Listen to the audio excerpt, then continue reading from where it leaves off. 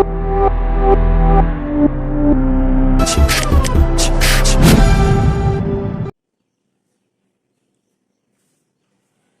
Student, আজকের এই ভিডিওতে আমি তোমাদের সামনে আলোচনা করব বিকম ফোর্থ সেমিস্টারে সাবজেক্ট, ইম্পর্টেন্ট একটা সাবজেক্ট। ঠিক আছে, এটা অনার্স এবং জেনারেল সবার জন্য এই ভিডিওটা খুবই ইম্পর্টেন্ট। ঠিক আছে, ট্যাক্সেশন 1। ঠিক আছে, এই সাবজেক্টটার সাজেশনটা দেবো। অনেকদিন ধরে রিকোয়েস্ট আসছিল যে এই সাবজেক্টটার সাজেশনটা দেওয়ার জন্য। ঠিক আছে, এই ভিডিওতে মানে সম্ভাব্য কোশ্চেন প্যাটার্ন কিরকম হতে পারে সেটা বলবো। কোন কোন চ্যাপ্টার আছে, অর্থাৎ আমাদের 4টি ইউনিট আছে, 4টি ইউনিটের নাম বলবো। ঠিক আছে, কোন কোন ইউনিটের কত কত নাম্বার আছে, কোন কোন চ্যাপ্টার থেকে কত কত নাম্বারের অঙ্ক আসতে পারে। ঠিক আছে, তো সমস্ত আলোচনা করবো, সে অনার্স হোক বা জেনারেল হোক। এবং তার পাশাপাশি যে ইউনিট 1, তোমরা সবাই জানো ইউনিট 1টা থিওরি আছে 10 মার্কস। ঠিক আছে, সেই ইউনিট 1-এ কি কি থিওরি পড়তে হবে সেটাও আমি তুলে ধরবো। বলতে পারো ওভারঅল ট্যাক্সে কি কি থিওরি পড়তে হবে সেটা আমি বলে দেবো। এবং থিওরির সাজেশনে আমি বেশ কিছু, মানে খুব বেশি কোশ্চেন রাখিনি, মাত্র 7খানা কোশ্চেন রেখে, মাত্র 7খানা কোশ্চেন। এই যে 7খানা কোশ্চেন আছে, এর অ্যান্সার গুলো যদি তোমাদের না পাও আমাকে বলতে পারো। আমার চ্যানেলে ভিডিও আছে, সমস্ত বুঝিয়েও দেওয়া আছে, ওখানে নোট করা আছে, ভিডিওর লিঙ্কও দিয়ে দিতে পারি। ঠিক আছে, কোনো সমস্যা নেই। তবে এই ভিডিওটা একটু বড় হয়েছে, বারবার বলছি এই ভিডিওটা একটু বড় হতে চলেছে। তার পেছনে একটাই কারণ তোমরা সবাই জানো এগ্রিকালচার ইনকাম বলে একটা চ্যাপ্টার আছে তোমাদের। তো এগ্রিকালচার ইনকাম থেকে থিওরিও আসতে পারে, আবার অঙ্কও আসতে পারে। ঠিক আছে, যদি অঙ্ক আসে, কিরকম অঙ্ক আসতে পারে, এরকম আমি 5-6টা অঙ্ক করিয়ে দিয়েছি। তো অঙ্ক কত টাইম লাগে।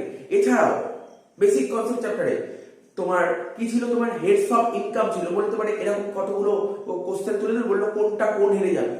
ঠিক আছে, তো বা তোমরা নিশ্চয়ই পার্সেন্ট পড়েছো, বেশ কিছু এক্সাম পেয়ে যাবে, ক্যালকাটা ইউনিভার্সিটি কোন পার্সেন্টের মধ্যে পড়ে। ঠিক আছে, তো তারপর তোমার কলকাতা মিউনিসিপাল কর্পোরেশন কোন পার্সেন্টের মধ্যে পড়ে, এরকম টাইপের কোশ্চেন কভার করা আছে। ঠিক আছে, তো আরো বেশ কিছু ইনকাম বলে দিয়েছে, বলেছে বলো এটা কোন হেড, যেটা আমি আগেও বললাম হেডস অফ ইনকাম। তারপর বলেছে এইগুলো কি ট্যাক্সিবিলিটি কি ট্যাক্সিবিলিটি নয়, এরকম টাইপের করিয়ে দিয়েছি। তো ওইগুলো করতে তো টাইম লাগবে, এই জন্য ভিডিওটা একটু বড় হয়েছে। তো ঠিক আছে, তোমরা দেখতে থাকো। আর কোনো ডাউট থাকলে তুমি দেখতেই পাচ্ছ, ফোন নাম্বারে কন্ট্যাক্ট করতে পারো। আর একটা তোমাদের কাজ আছে, তোমাদের কাজটা কি, তোমরা যারা এই চ্যানেলটা সাবস্ক্রাইব করোনি এখনো পর্যন্ত, পারলে তোমরা চ্যানেলটা সাবস্ক্রাইব করে নাও। ভিডিওটা ভালো লাগে ভিডিওটা লাইক করো, এবং তোমরা তোমাদের যত ফ্রেন্ড সার্কেল আছে ফ্রেন্ড সার্কেলে এই ভিডিওটা শেয়ার করে দিও। ঠিক আছে, যাতে তাদের উপকার হয়। ঠিক আছে, আর এরকম অলরেডি আমরা বিকম ফোর্থ সেমিস্টারের কষ্টের সাজেশনটা দিয়ে দিয়েছি। ঠিক আছে, তো আস্তে আস্তে হয়তো ইকোনমিক্স বা ইডিবি যে সাবজেক্টটা আছে, পারলে কিছু এমসিকিউ দিলেও দিতে পারি। ঠিক আছে, তো ঠিক আছে, তোমরা তোমাদের কাজটা কি বন্ধুদের মধ্যে এই ভিডিওটা শেয়ার করবে। ঠিক আছে, ভিডিওটা কোনো ডাউট থাকলে কমেন্ট করতেই পারো, কমেন্ট বক্স তো ওপেন করাই আছে। তো ঠিক আছে, চলো এবার তোমরা সাজেশনটা দেখতে থাকো। তো দেখ, আজকে আমরা ট্যাক্সের যে সাজেশন 2000 মানে এবছর 2022 সালে ফোর্থ সেমিস্টার ট্যাক্সের সাজেশন কেমন হতে পারে, কোশ্চেন প্যাটার্ন কেমন হতে পারে, অফলাইনে পরীক্ষা হবে সেটা একটু দিয়ে দিচ্ছি। তার আগে আমাদের সিলেবাস আগেই দেয়া ছিল, জাস্ট আমি একটু বলে দিচ্ছি কি কি ইউনিট আছে। 4টে ইউনিটে আমাদের ট্যাক্সের সিলেবাসটা ভাগ হয়েছে। ফোর্থ সেমিস্টার ট্যাক্সটা 4টি ইউনিটে ভাগ হয়েছে। ইউনিট 1-এ আছে বেসিক কনসেপ্ট বলে চ্যাপ্টারটা আছে, রেসিডেন্সিয়াল স্ট্যাটাস আছে, এগ্রিকালচার ইনকাম আছে, এক্সেমপ্টেড ইনকাম বলে একটা চ্যাপ্টার ছিল। ঠিক আছে, তো এই আছে এই চ্যাপ্টার থেকে, মানে এই পুরোটা থেকে 10টা নাম্বার আছে, 10 নাম্বার। ঠিক আছে, তো সবার জন্য সিলেবাস, অনার্স জেনারেল সবারই এক। ঠিক আছে, ইউনিট 2 স্যালারি আছে, হাউস ওয়ার্ক 30 নাম্বার আছে। স্যালারি থেকে তো পরীক্ষায় 15 নাম্বার আসবে, হাউস ওয়ার্ক থেকে 15 নাম্বার আসবে। ঠিক আছে, তো স্যালারি হাউস ওয়ার্ক 30 নাম্বার।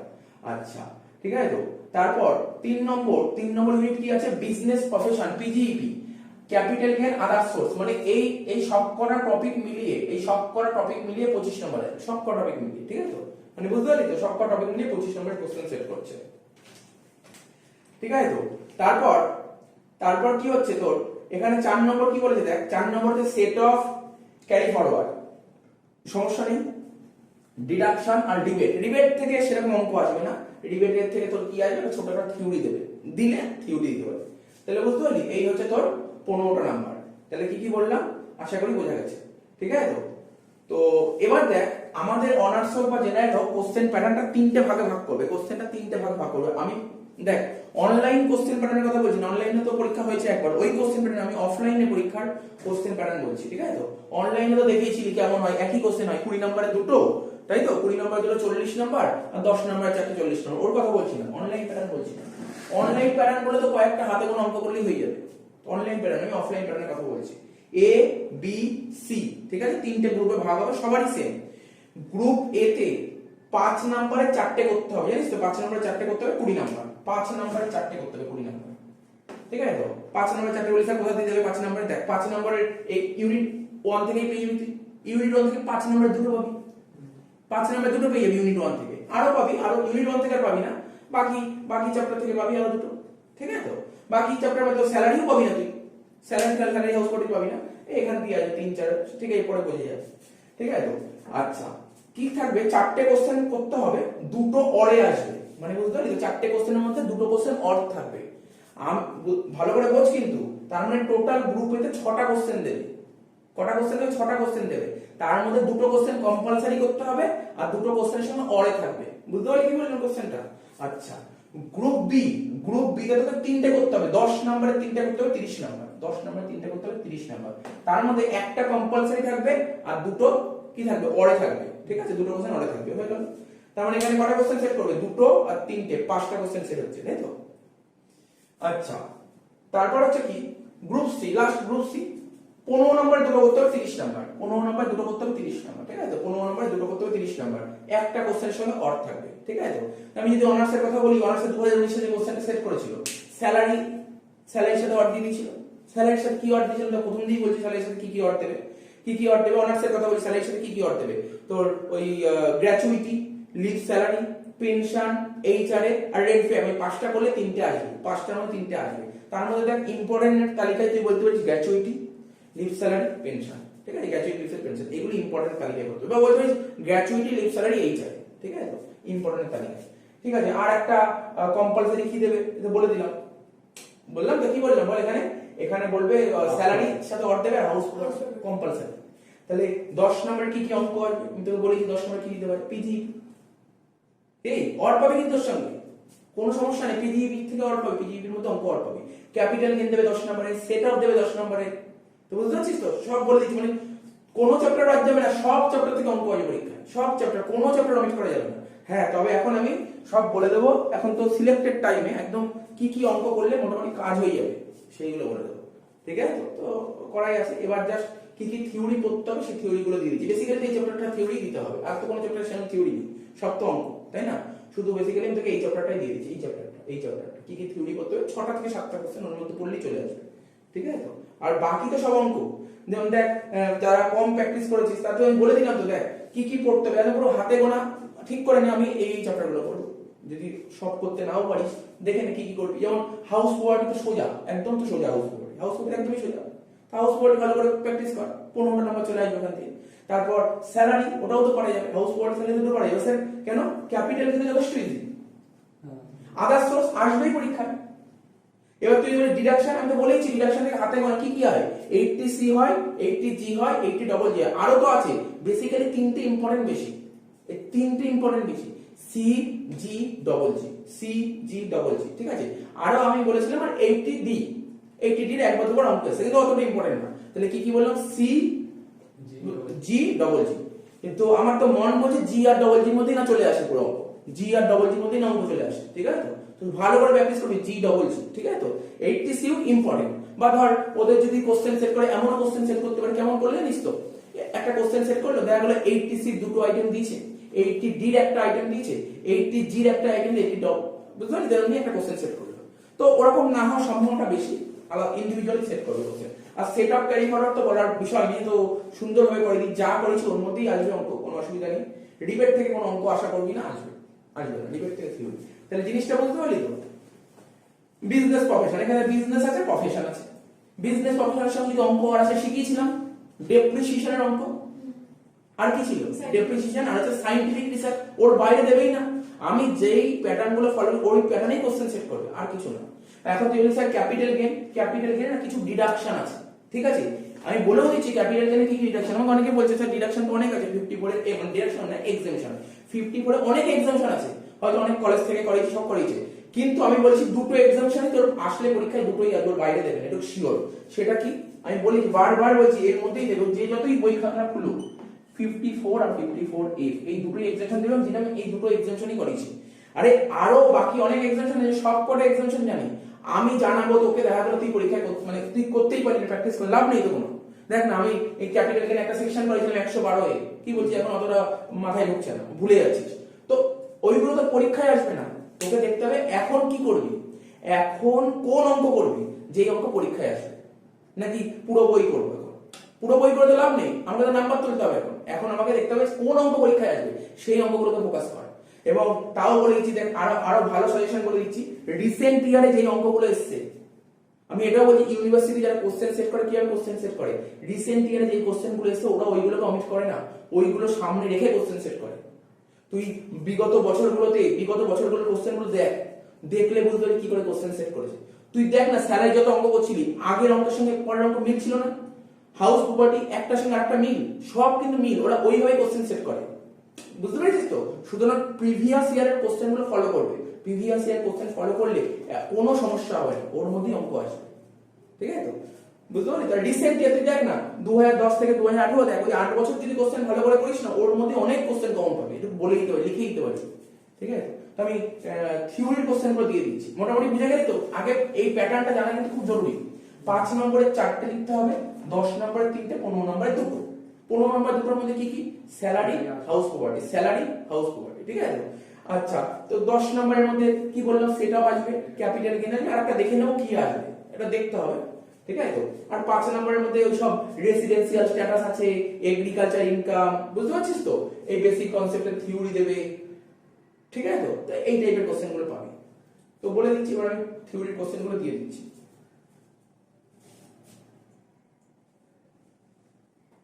তো দেখ, এখানে সাজেশনে আমাদের 7টা কোশ্চেন বেরিয়ে আসছে, 7টা কোশ্চেন পড়লেই আশা করছি হয়ে যাবে,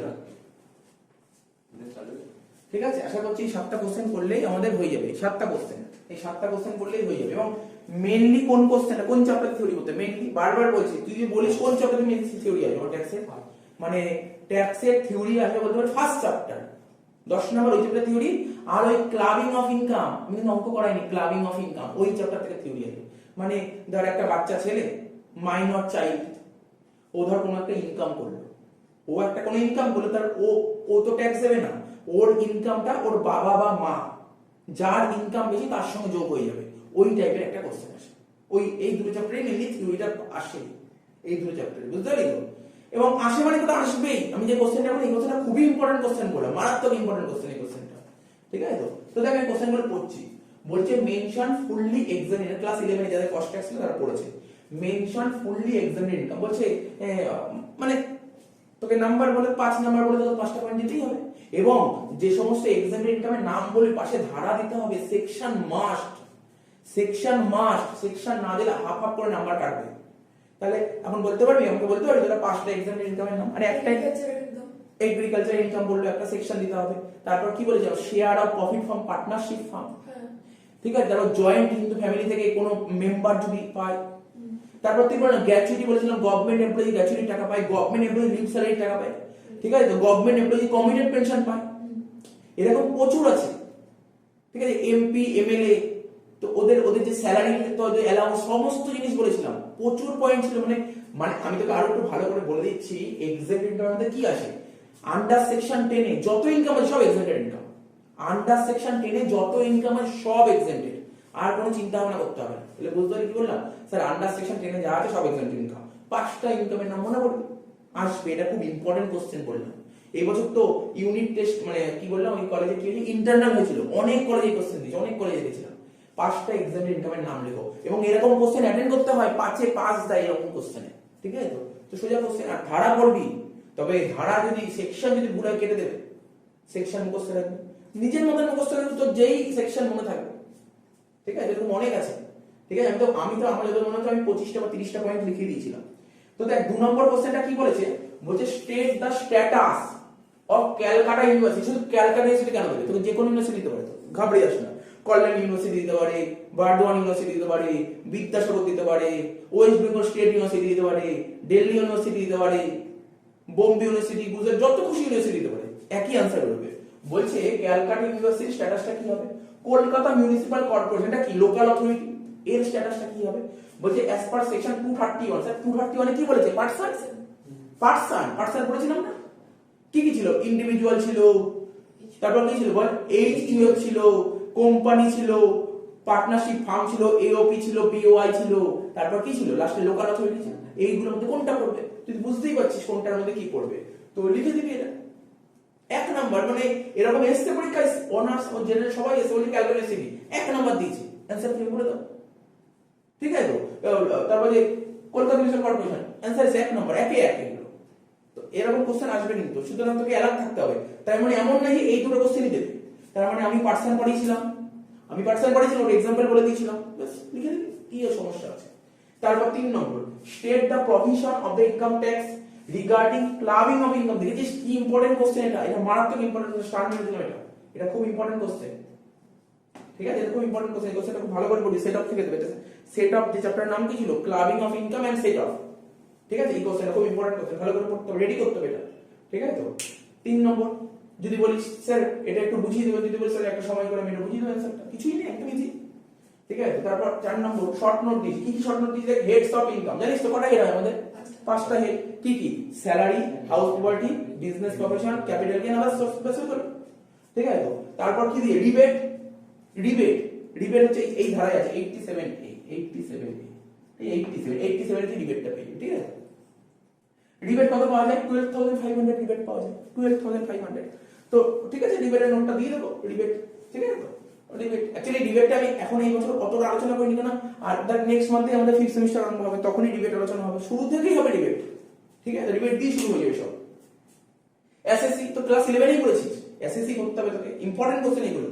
ট্যাক্স প্ল্যানিং ইম্পর্টেন্ট কোশ্চেন, তারপর পার্সন, এই তো বললাম, আগেই বললাম ইম্পর্টেন্ট কোশ্চেন, তাহলে কি কি বললাম এখানে, tax planning, person, SSC, rebate, heads of income, assessment year, previous year, long term capital asset, short term capital asset, ঠিক আছে।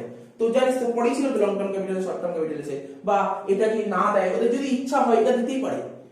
Difference between long term capital and short term capital সেটা শিখিয়েছিল, নতুন করে বলার কিছু নেই। বলতো লং টার্মের কত পার্সেন্ট চার্জ হয়, 20%, শর্ট টার্ম 15%। কত চারটে ডিফারেন্স এমনি বেরিয়ে যাবে, আমি সব ক্লাসে করিয়েছিলাম, ভিডিওতে সমস্ত ডিটেইলস আছে। আচ্ছা যদি এগুলো যদি ভুলেও যা, সমস্ত থিওরি কিন্তু আমি পড়িয়েছি না, আলোচনা করে, যদি বলিস আমি ভিডিও লিংক গুলো পাঠিয়ে দেবো, যদি বলিস যে স্যার মনে পড়ছে না কোন ভিডিওতে করেছি, আমি ভিডিও শুধু বলবি, আমি ভিডিওর লিংক পাঠিয়ে দেবো, সব কটা কোশ্চেন অ্যান্সার করা আছে, ঠিক আছে। তো বলছে কি, হোয়াট ইজ এগ্রিকালচার ইনকাম, মানে কৃষি আয় কাকে বলে। পরীক্ষায় কেমন কোশ্চেন সেট করতে পারে, ও বলতে পারে, ও ধর বললো what is agriculture income 2 number, example দাও 3 নাম্বার, 2, 3, 5, বা এরকম কোশ্চেন করতে পারে, বললো 5টা এগ্রিকালচার ইনকামের নাম লেখো, বা বলতে পারে 5টা নন এগ্রিকালচার ইনকামের নাম লেখো, এরকম কোশ্চেন সেট করতে পারে। আমি দেখে লিখি 5টা নন এগ্রিকালচার, এরকম কোশ্চেন সেট করতে পারে। আর কি, mention any 2 circumstances where income of previous year is assessed in the same year, মানে কি জানিস, আমি তোদের বলছি যে কোনো একটা প্রিভিয়াস ইয়ার বলছি, প্রিভিয়াস ইয়ার আর অ্যাসেসমেন্ট ইয়ার। ধর প্রিভিয়াস ইয়ার যদি 20-21 হয়, তাই তো, মানে 20-21 আমি যে টাকাটা ইনকাম করব তার ট্যাক্স গভর্নমেন্টকে কোন বছর দেব, 21-22 আমরা সবাই জানি। প্রিভিয়াস ইয়ার, আমরা প্রিভিয়াস ইয়ারে ইনকাম করি, তার ট্যাক্সটা অ্যাসেসমেন্ট ইয়ারে দিই। কিন্তু কিছু এক্সেপশন আছে, এমন কিছু এক্সেপশন আছে, কিছু কেস আছে যে প্রিভিয়াস ইয়ারে ইনকাম করলে ট্যাক্স প্রিভিয়াস ইয়ারে দিতে হয়। এখানে সেই কোশ্চেনটা বলেছে, বুঝতে পারলি কি বললাম। জেনারেলি কি হয়, জেনারেলিটা বলছি, প্রিভিয়াস ইয়ারে ইনকাম করো, ট্যাক্স দাও অ্যাসেসমেন্ট ইয়ারে। কিন্তু কিছু কেসে প্রিভিয়াস ইয়ারে ইনকাম করলে ট্যাক্সটা ওই ইয়ারে দিতে হয়, মানে কিছু কেসে প্রিভিয়াস ইয়ার অ্যাসেসমেন্টটা সেম হয়ে যায়। এরকম ভিডিও একদম সুন্দরভাবে করেছিলাম একটা, বইতে তো 4-5টা পয়েন্ট লেখা, 4-5টা লাইন লেখা, এরপর ডিটেইলসে ছবি এঁকে বুঝিয়েছিলাম এগুলো, ঠিক আছে। তো যেমন নন রেসিডেন্ট ইন্ডিয়া, কেউ তো চাকরি করতে বিদেশ চলে যাচ্ছে, তুই বিজনেস বন্ধ করে দিলি, এরকম অনেক উদাহরণ দিয়েছিলাম, বড় উদাহরণ দিয়েছিলাম। বলবি যদি ভুলেও যাস বলবি যে না আমি তোকে বুঝিয়ে দেবো, মানে বুঝিয়ে বলবি, ভিডিওটা তোকে দিয়ে ছোট ভিডিও ছিল সব, এটাও করেছিলাম, বুঝতে পারছি। মেনশন এনি 2, ও 2টো পয়েন্ট লিখতে বলেছে, আমি তো 5টা পয়েন্ট অ্যানালাইসিস করেছিলাম।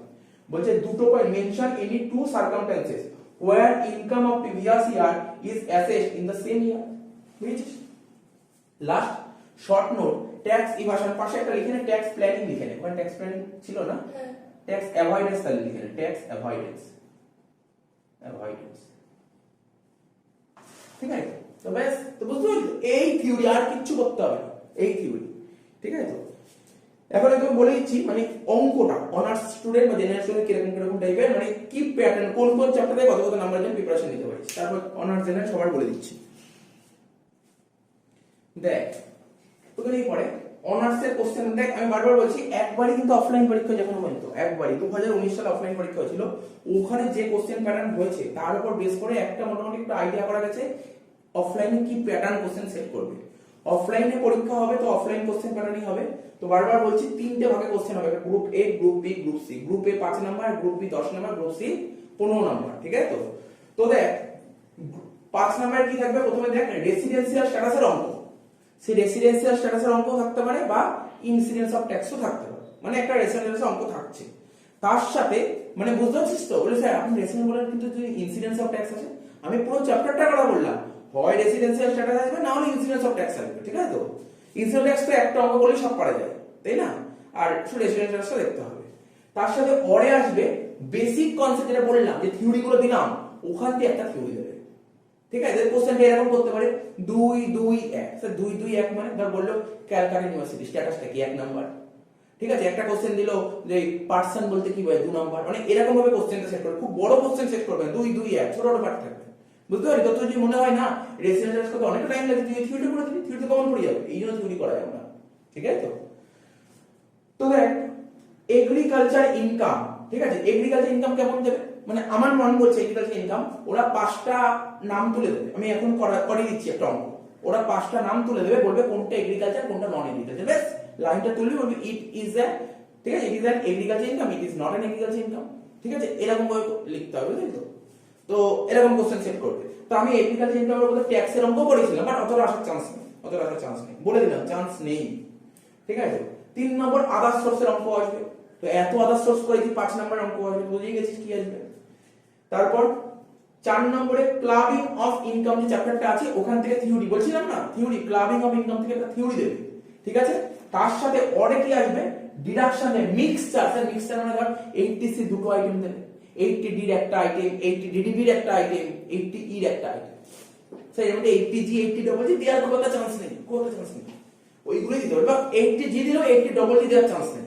ঠিক আছে? তো মানে মিক্সচার ডিডাকশন, বুঝতে পারছিস? কিছুই না, সোজা মিক্সচার ডিডাকশন কঠিন না। তো বুঝতে পারলি 5 নম্বরে কি কি আসছে, এটা হচ্ছে অনার্সের কথা বলছি। 10 নম্বরে কি আসবে, বিজনেস প্রফেশন, শিখিয়েছিলাম তো, হয় বিজনেসের অঙ্ক আসবে না প্রফেশনের অঙ্ক আসবে, বলে স্যার প্রফেশন অঙ্ক চলে আসবে না, ইজি তো, বিজনেসও ইজি প্রফেশনও ইজি, প্রফেশন করতে অনেক কম সময় লাগে। ঠিক আছে? আর বিজনেস প্রফেশনের সঙ্গে অর আসবে কোশ্চেন, কি অর আসবে, ডেপ্রিসিয়েশন আর সায়েন্টিফিক। আমি সবসময় বলবো এই কোশ্চেনটা করবি, না সায়েন্টিফিক মনে আছে তো, আর একবার রিভিশন করে নিবি, সোজা তো সায়েন্টিফিক রিসার্চ, ডেপ্রিসিয়েশন আর সায়েন্টিফিক রিসার্চ। ঠিক আছে? তো 5 5 10, বুঝতে পারছিস? তো ডেপ্রিসিয়েশন তো কঠিন না কিছু, কি ছিল 180 ডেজ এর কনসেপ্ট ছিল। তারপর সেট অফ, তো কি বলবো, সেট অফ কি কঠিন চ্যাপ্টার, সেট অফ কোন ব্যাপারই না। সেট অফের সাথে অর আসবে, দেখ কি কি লিখেও দিয়েছি, কি কি অর আসতে পারে, 80C 80G 80DG, কারণ 10 নম্বরের কিন্তু আমার মন বলছে 10 নম্বর কোশ্চেন সেট করবে, তো ও জি বা ডবল জি এর মধ্যে কোশ্চেন সেট করতে হবে, বা বুঝতে পারছিস তো, এরকম কোশ্চেন সেট করবে। সেট অফ অর ডিডাকশন, বুঝে গেল তো কি বললাম। ক্যাপিটাল গেইন, ক্যাপিটাল গেইন থেকে 10 নম্বরের অঙ্ক পাবি। ঠিক আছে? তো ক্যাপিটাল গেইন থেকে 10 নম্বরের অঙ্ক পাবি, ভালো করে ক্যাপিটাল গেইন প্র্যাকটিস করতে হবে। ঠিক আছে? তো হয়ে গেল, ক্যাপিটাল গেইন করে দিয়েছি। আচ্ছা 15 নম্বর, 15 নম্বর কোশ্চেনটা, 15 নম্বরে কি আসবে, স্যালারি আসবে, স্যালারি আসবে, স্যালারি 15 নম্বর বড় অঙ্ক আসবে, সেটা কি করা আসবে শিখিয়েছি, বলে দিয়েছি বারবার, gratuity, leave salary, pension, HRA 4টে বললাম। আর একটা ওই বছর এসেছিল প্রভিডেন্ট ফান্ডের অঙ্ক এসেছিল, স্যার বল না কখন প্রভিডেন্ট ফান্ড শিখেছিস তো, recognise provident fund, unrecognise, statutory, public provident fund. তোদের ওই বছর দিয়েছিল আনরিকগনাইজ প্রভিডেন্ট ফান্ডের অঙ্ক, রুল লিখিয়েছিলাম, স্যালারি করতে গিয়ে অনেক অঙ্ক লিখেছিল, মনে কর মন শহর একটা অঙ্ক ছিল, আনরিকগনাইজ প্রভিডেন্ট ফান্ডের রুল ছিল, তাই না? করেছিল ওইটাই, ওই পয়েন্টগুলোই তুলে দিয়েছিল। ঠিক আছে? তো অসুবিধা কোথায়, তুই করে নিবি, স্যালারি করবি ডাইরেক্ট, এত কিছু ছোট ছোট করা আছে, স্যালারি করবি, হয়ে গেল তো। আর হাউস প্রপার্টি কম্পালসারি, তাহলে এই চলে গেল অনার্সের প্যাটার্ন। আর জেনারেলে কি আসবে, দেখ জেনারেলটা দেখ 5 নম্বর, দেখ 5 নম্বর basic concept or basic concept, দেখ বেসিক মানে মোট কথা তোকে বেসিক কনসেপ্টের থিওরি লিখতেই হচ্ছে 5 নম্বরে। ঠিক আছে? 5 নম্বর থিওরি লিখতে হবে, দুটো থিওরি দেবে, তোকে একটা লিখতে হবে, লিখে তো বলে না 6-7টা দিনে ওর মধ্যেই দেবে কোশ্চেন, ওর মধ্যেই কোশ্চেন দেবে। নেক্সট রেসিডেন্সিয়াল স্ট্যাটাস 5 নম্বর অঙ্ক হবে, সে রেসিডেন্সিয়াল স্ট্যাটাসও আসতে পারে, ইনসিডেন্স অফ ট্যাক্সও আসতে পারে, 5 নম্বরে একটা অঙ্ক আসছে শিওর। ডিডাকশন 80C আসার সম্ভাবনা বেশি, ঠিক আছে, 80C ঠিক আছে, 80C ভালো করে প্র্যাকটিস করি। আর ডিডাকশন আমি সবকটাই করে দিয়েছি, তাই না, কি কি মেইনলি ফোকাস করেছি, কি বল, সি করেছি ভালো করে, ডি করেছি, ডবল ডি করেছি, ডিটিবি করেছি, জি করেছি, 80 ডবল জি, 6টা রিঅ্যাকশন করেছি। তো এখানে 5 নম্বরে 80C আসার চান্সই বেশি, ঠিক আছে, 80C আসার চান্সই বেশি।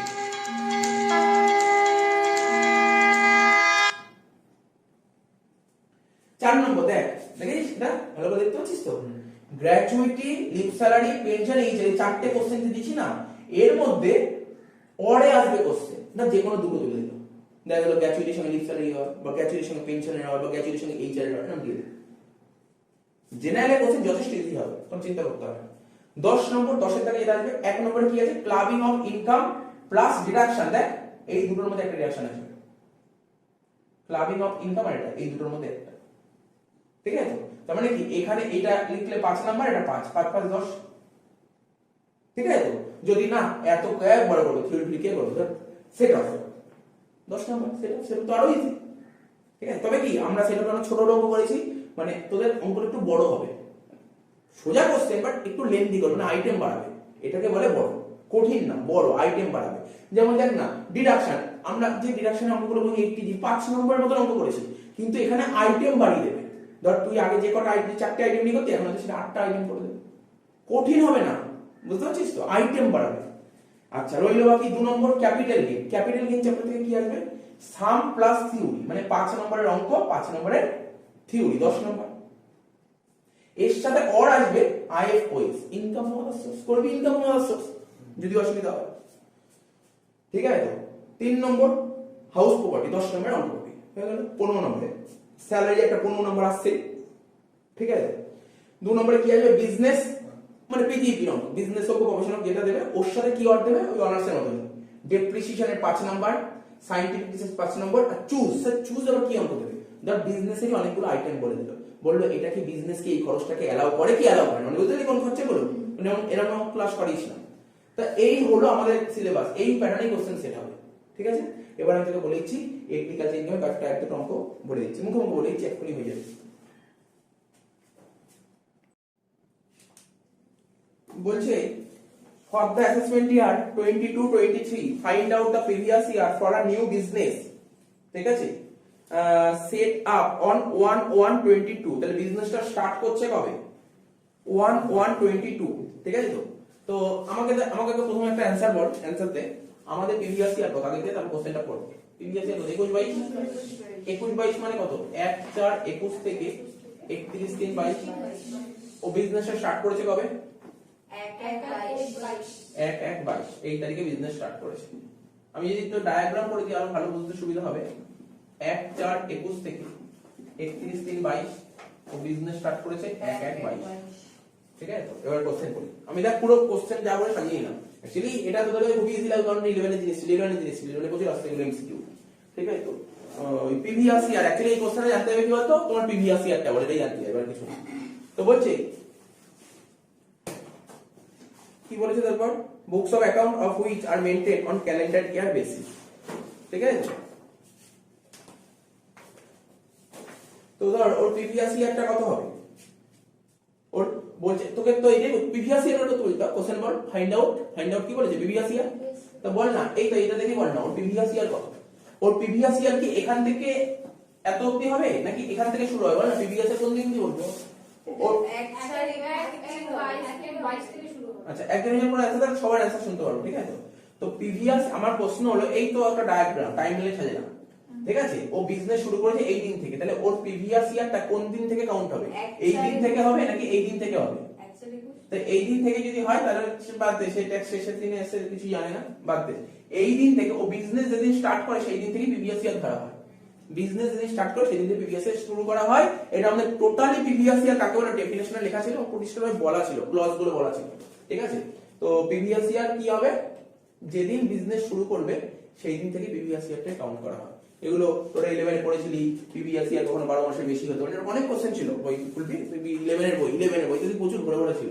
তো যাই হোক, এটা বুঝতে পারলি কোশ্চেনটা, তাহলে আমাকে প্রিভিয়াস ইয়ার কি বলবো ডেটটা, 1/1/22 থেকে 31/3/22 এইটা এসেছিল একবার সিউতে, এটার জন্য 1 নাম্বার ছিল, 1 নাম্বার এটা 1 নাম্বারেরই কোশ্চেন না, 1 নাম্বারেরই কোশ্চেন। তো এই ছিল, আর এটার অ্যাসেসমেন্ট ইয়ার তো বলা দরকারই নেই 22-23 হবে, ঠিক আছে। দেখ কোশ্চেন করছি, হ্যাঁ কত নম্বর অঙ্কটা, মিস প্রিয়া, তাই তো, miss Priya deposit ₹50,000 to public provident fund account so as to reduce her total income from 5 lakhs to 4,50,000, ঠিক আছে, by means of availing deduction under section 80C mention whether it is tax planning or tax avoidance। ভালো করে শোন কি বলতে চাইছে, বলছে miss প্রিয়া 50,000 টাকা ডিপোজিট করেছে, কোথায় জানিস, পাবলিক প্রভিডেন্ট ফান্ডে টাকা ডিপোজিট করেছে, ঠিক আছে, পাবলিক প্রভিডেন্ট ফান্ডে টাকা ডিপোজিট করেছে, ঠিক আছে। আর পাবলিক প্রভিডেন্ট ফান্ডে টাকা ডিপোজিট করার ফলে তার টোটাল ইনকামটা 5 লাখ থেকে 4.5 লাখ টাকা হয়ে গেছে। এখন তোরা বিভিন্ন কোশ্চেন করতে, এই কোশ্চেন কর, আমি आंसर দিতে জন্য রাজি আছি, নাহলে কোন ডিডাকশন যখন চ্যাপ্টার শিখবি এই পয়েন্টে পেয়ে যাবি। দেখ পাবলিক প্রভিডেন্ট ফান্ডে যদি কেউ টাকা রাখে, ঠিক আছে, তো তাহলে ওর যা ইনকাম করলো ও একটা ডিডাকশন পাবে। পাবলিক প্রভিডেন্ট ফান্ড পিপিএফ এ যদি কেউ টাকা পয়সা ইনভেস্ট করে তাহলে সে ডিডাকশন পায় আন্ডার সেকশন 80C তে। এবার তোকে আমি বলি, দেখ ব্যাপারটা বলি, আমরা যদি টোটাল ইনকাম 11 এর কথাই বলছি, বা তুই এই যখন ট্যাক্স আরম্ভ করলাম শিখেছিলাম না, গ্রস টোটাল ইনকাম বলেছিলাম না, কি বলেছিলাম, গ্রস টোটাল ইনকাম আমাদের 5টা হেডস অফ ইনকাম আছে, তাই তো, কি কি হেডস অফ ইনকাম বল, income from salary, income from house property, PGBP, capital gain, আর হচ্ছে other source, income from other source. এই 5টা যদি যোগ করি তাহলে কি হয়, জিটিআই বলেছিলাম তো, গ্রস টোটাল ইনকাম। এর থেকে কি করতাম মনে আছে, ডিডাকশন আন্ডার সেকশন 80 অন্য কিছু বলবি না, ডিডাকশন আন্ডার সেকশন 80, শুধু 80C কেন, অনেক 80 এর আন্ডারে যত ডিডাকশন সব আসে, 80 ডিডাকশন আসে, ডিডাকশন আন্ডার সেকশন 80 বাদ দিয়ে যেটা হয় তাকে বলে টোটাল ইনকাম, ঠিক আছে। এই এখানে কি নাম আছে, মিস প্রিয়া, ও পিপিএফ এ টাকা রেখেছে, ও পিপিএফ এ তো টাকা ইনভেস্ট করেছে, পাবলিক প্রভিডেন্ট ফান্ড এ টাকা রেখেছে, ও ডিডাকশন পেয়ে যাবে কোথায়, 80C তে। আমরা যখন 80C পড়বো খুব আরো ডিটেইলসে জানতে পারবো, ঠিক আছে। তো অ্যাকচুয়ালি মাথায় রাখবি, তুইও যদি আজকে তুই যদি সত্যি পিপিএফ বা বাড়িতে যারা ইনকাম করছে, ইনকামিং পারসন, আর্নিং পারসন, সে যদি পিপিএফ এ টাকা ডিপোজিট করে, তো একটা সময় তোর পর তো পিপিএফ এর টাকাটা পেয়ে যাবে, কিন্তু প্রতি বছর ও ডিডাকশন পাবে একটা। সাপোজ দেখ না, ধর এখানে বলছি, ধর সাপোজ তুই এত সব কটা মিলিয়ে ধর 10 লাখ টাকা ইনকাম হচ্ছে, কত 10 লাখ টাকা, সাপোজ 10 লাখ টাকা ইনকাম হচ্ছে, কিন্তু তুই পিপিএফ এ ধর 1 লাখ টাকা রেখেছিস। পিপিএফ এ যদি 1 লাখ টাকা রাখিস তাহলে কত ডিডাকশন পেয়ে গেলি 1 লাখ টাকা, তাহলে কত টাকার উপর ট্যাক্স, 9 লাখ টাকার উপর ট্যাক্স দিতে হবে, বুঝতে পারলি তো। যদি টাকাটা না রাখতে তাহলে 10 লাখ টাকার উপর ট্যাক্স দিতে হতো। তাহলে কি ও এই পলিসিটা নিয়েছে, কে মিস প্রিয়া নিয়েছে, এই নেয়ার ফলে কি হয়েছে, ও নেয়ার ফলে ভাব কি চিন্তা ভাবনা কর, ওর ওর ওর এইটা নেয়ার ফলে ওর ট্যাক্সটা কম দিতে হচ্ছে। ও কি এটা কি, ও কি খুব খারাপ কাজ করেছে এই কাজটা, ও কি অন্যায় কাজ করেছে, এটা ও কি অন্যায় কাজ করে, কোনো অন্যায় করেনি, ও কি ট্যাক্সটা কি গভর্নমেন্টকে ট্যাক্স মারার চেষ্টা করেছে, না, ওটা ট্যাক্সের প্ল্যান করেছে, বুঝতে পারলি। এটাকে বলে, তাহলে এখানে কোশ্চেন করছে যে কি তুমি প্ল্যানিং বলবে না অ্যাভয়েডেন্স বলবে, প্ল্যানিং বলবে, এটাই কোশ্চেন, বুঝতে পারছিস ব্যাপারটা কি বললাম, আমার কথাটা বলতে মাথায় ঢুকলো ব্যাপারটা, এটা ট্যাক্স প্ল্যানিং। তুই ভাব না, ও 1 লাখ টাকা, যেমন ধর না এলআইসি, এটা না দিয়ে এটাই দেবে এমন কি কথা, এলআইসিও দিতে পারে, তো বললো ও ধর এলআইসি নিয়েছে, ধর 1 লাখ টাকার একটা এলআইসি নিয়েছে, ঠিক আছে, তো 1 লাখ টাকার এলআইসি নিলে ও কি হবে, একটা সময় পর তো টাকাটা পেয়েই যাবে, এখন যে 1 লাখ 1 লাখ করে দেবে প্রতি বছর, তো একটা সময় টাকাটা পেয়েই যাবে, তাহলে এটা কি হলো, নিশ্চয়ই ট্যাক্স প্ল্যানিং। অনেকে ইনকাম ট্যাক্স কম দেওয়ার চেষ্টা করে, আগে জানতে হবে কোন কোন জায়গা থেকে ছাড় পেতে পারে ইনকাম ট্যাক্স নেবে না, এরকম এলআইসি তে টাকা নেয় না, এগুলো মাথায় রাখতে হবে, বুঝতে পারছিস কি বললাম। তো এলআইসি তে যদি আজকে আমি এলআইসি তে সত্যি ইনভেস্ট করি, আমি প্রতি যত টাকা প্রিমিয়াম দেবো সেই টাকার ডিডাকশন পেয়ে যাবো 80C তে। তো এই জিনিসগুলো পয়েন্টগুলো নোট করতে হবে, এটাকে ট্যাক্স প্ল্যানিং বলে, নট আ ট্যাক্স অ্যাভয়েডেন্স, ঠিক আছে। এই কোশ্চেনটা বলেছিল, ভালো কোশ্চেন বলেছিল, ঠিক আছে। তো বুঝতে পেরেছিস অঙ্কটা, ছোট্ট একটা অঙ্ক, 1 নাম্বার দিয়েছিল, 1 নাম্বার।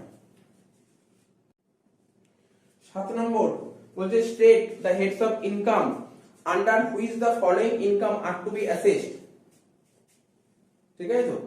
তো বলছে কি বলেছে দেখ, বলছে যে প্রথম পয়েন্ট বলি income receive from sale of house property, capital gain. তারপর একটা person receive by a retired person, pension হবে না, পিইআর লিখে pension, pension receive by and retired person যদি পেনশন পায়, স্যালারি বল রিটায়ার্ড পারসন যদি পেনশন পায় এটা কোন হেডে আসে? আচ্ছা ইনকাম আমি দুটোই বুঝিয়ে দিচ্ছি। এই কোশ্চেনের অ্যান্সারটা একদমই মানে ভুল দেওয়া উচিত না, যে কোনো লেভেলের স্টুডেন্টের এতদিন পড়ানোর পর ভুল দেওয়া উচিত নয়। বলছে পেনশন পাচ্ছে কোনো একজন রিটায়ার্ড পারসন, আদার্স সোর্সে পেনশন আসছে, কি পেনশন আসছে? ফ্যামিলি পেনশন আসতো আর এখানে কোথায় বলেছে ফ্যামিলি পেনশন? না বলেনি তো পেনশন, ঠিক আছে। রিটায়ার্ড পারসন, তার আমি রিটায়ার করলাম, ওই তারপর পেনশন পাচ্ছে, এটা আমি স্যালারিতেই নেব। রিটায়ার্ড পারসন যদি পেনশন পায় স্যালারিতে যাবে, আর ফ্যামিলি পেনশন তো বুঝতেই পারছিস। তাহলে সাথের অ্যান্সারটা কি কি বললাম? সাথে এক একটা বললাম হচ্ছে পিজিপি, সরি ক্যাপিটাল গেইন আর স্যালারি। এক একটা হচ্ছে সিজি আর স্যালারি। হয়ে গেল।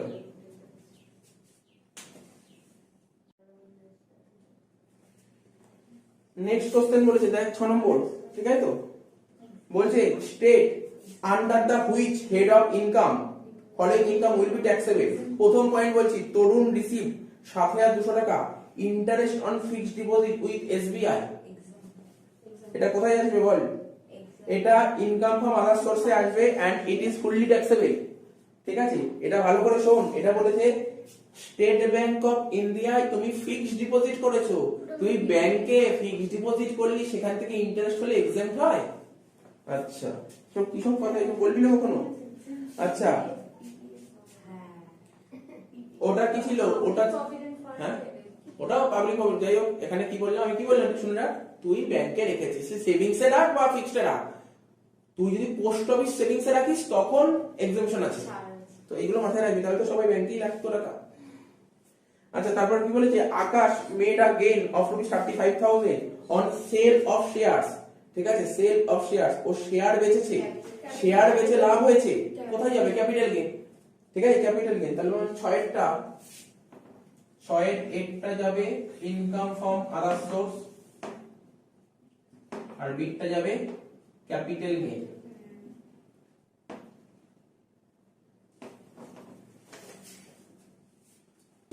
এ বি হলো সি পয়েন্ট। সি পয়েন্ট কি বলেছে? 2700 receive by Atul as remuneration as an examiner from Calcutta university. কোনো কোশ্চেনই উঠছে না আদার সোর্সে আসবে, এটা সিটটা other source, income from other source. D Barnali a lawyer earn an income, ঠিক আছে, ₹1,45,000 ফ্রম আর্ন প্রফেশন, কি আসবে? পিজিইপি। ডিটা হবে পিজিইপি। Next, Swarnali received rent 84,000 by letting out one of her flat to a tenant. House property House property হয়ে গেল ই, income from house property.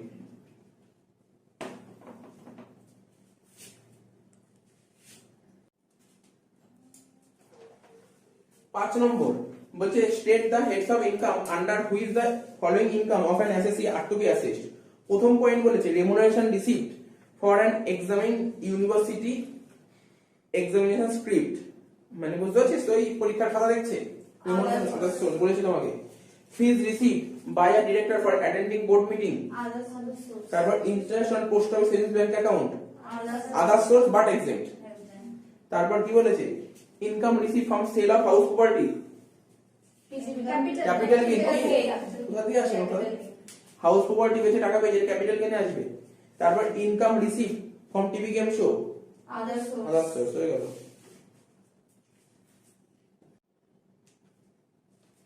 Next 4 number কোশ্চেনটা কি বলেছে দেখ। 4 নম্বর কোশ্চেনটা বলছে state the heads of income under which the following income of an assessee are to be assessed. বলছে honorarium receive for writing in this magazine. তাহলে এটা কোন হেডে আসবে? Other source. এত কনফিডেন্স লো হয়ে যাচ্ছে, কমন ব্যাপার তো এটা।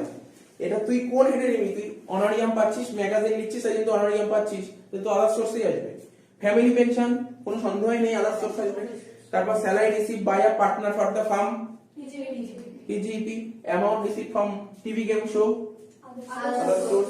তারপর লাস্ট পয়েন্ট বলছে rent from let out house property used for business purpose, house property. লাইনটার মানে ও বুঝিস ভালো করে। লেট আউট হবে। এটা বলেছে আমি আমার বাড়িটা ভাড়া দিয়েছি, কাকে ভাড়া দিয়েছি, যাকে ভাড়া দিয়েছি সে বাড়িটাতে কি করবে, বিজনেস করবে, জানার দরকার নেই কি করবে বাড়িটা, লেট আউট হাউস বলে ঠিক হয়ে গেল। 3 নম্বর অঙ্কটা, 3 নম্বর অঙ্কটা কি বলেছে, আর দা ফলোইং ইনকাম ট্যাক্সেবল, বলে নিচে 5টা পয়েন্ট বলছে এই ইনকাম গুলো কি taxable, if they are taxable, যদি এগুলো ট্যাক্সেবল হয়, what should be the heads of income, তাহলে কোন হেডে ট্যাক্সেবল হবে, ঠিক আছে তো। তো বলছে ফার্স্ট প্রাইজ উইন আর লটারি বল, ফার্স্ট অ্যানসার কি হবে, first prize income from other source, income from other source. হ্যাঁ তাহলে পরীক্ষাকে দিয়ে পুরো লিখতে হবে না, এখানে কি লিখবি, ফার্স্ট প্রাইজ উইন আর লটারি রুপিস 2 লাখ, তারপর লিখবি ইট ইজ বলছি it is fully taxable under the head income from other source, এরকম ভাবে পুরোটা লিখতে হবে, ঠিক আছে তো। তারপর বলেছে remuneration receive for valuation of answer script from different university, এটা কোন হেডে আসবে, 2 নম্বরটা আদার source, income from other source. 3 নম্বরটা interest from post office savings bank account, আগে বল কোন হেডে আসবে, আদার সোর্স। তারপর আর কিছু আসবে স্যার কি,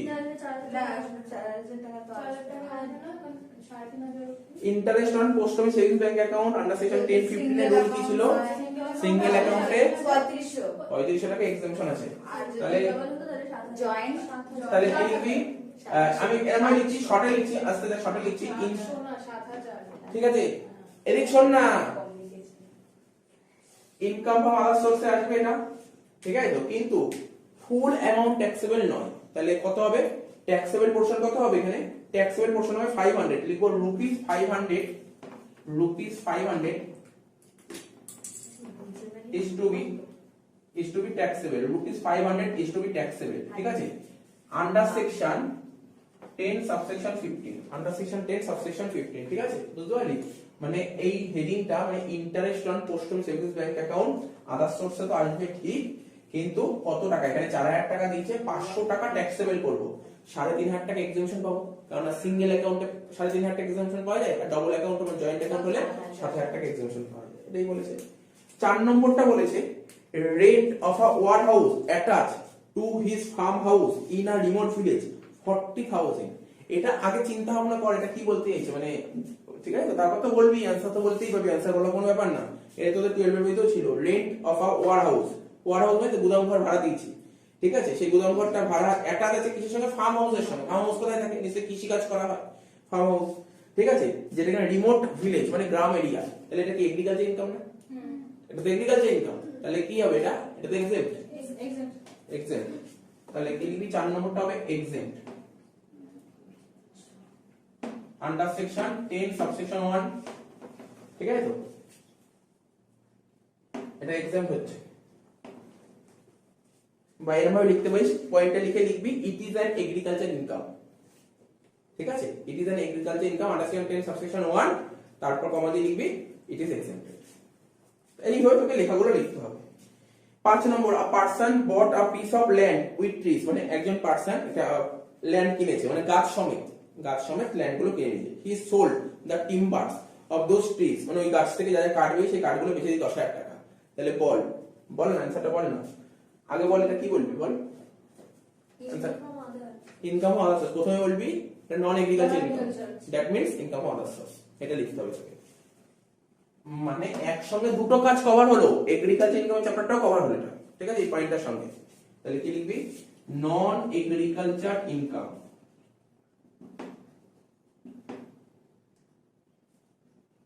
এরকম অঙ্ক কিন্তু পরীক্ষায় আসতে পারে, ঠিক আছে, that is income from other sources, short question হিসেবে এগুলো আসতে পারে, মানে কেমন দেবে, এরকম একটা অঙ্ক তুলে দেবে, 5 নম্বর দেবে, 5টা পয়েন্ট লিখতে হবে, ঠিক আছে, তো ধর এর সঙ্গে থিওরি দিল, তো থিওরি লেখাচ্ছে এইগুলো করা বেটার, ঠিক আছে, সুতরাং এইগুলো তোকে প্র্যাকটিস রাখতে হবে।